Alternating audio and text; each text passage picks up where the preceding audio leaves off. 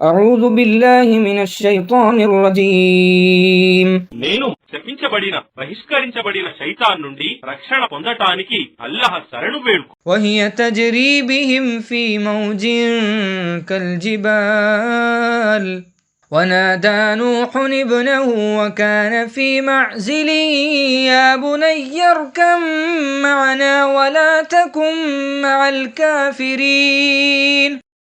మరియు అది వారిని పర్వతాల వలె ఎత్తైన అలలలోనికి తీసుకుని పోసాగింది.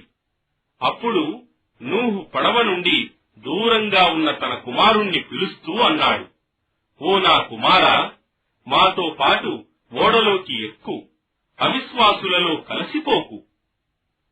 قال سآوي إلى جبل يعصمني من الماء قال لا عاصم اليوم من أمر الله إلا من رحم وحال بينهما الموج فكان من المغرقين.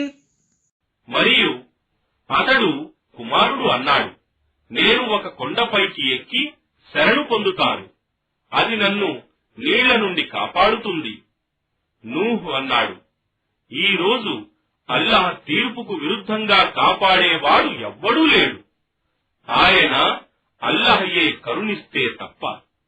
అప్పుడే వారి మధ్య ఒక కెరటం రాగా అతడు కూడా మునిగిపోయే వారిలో కలిసిపోయాడు.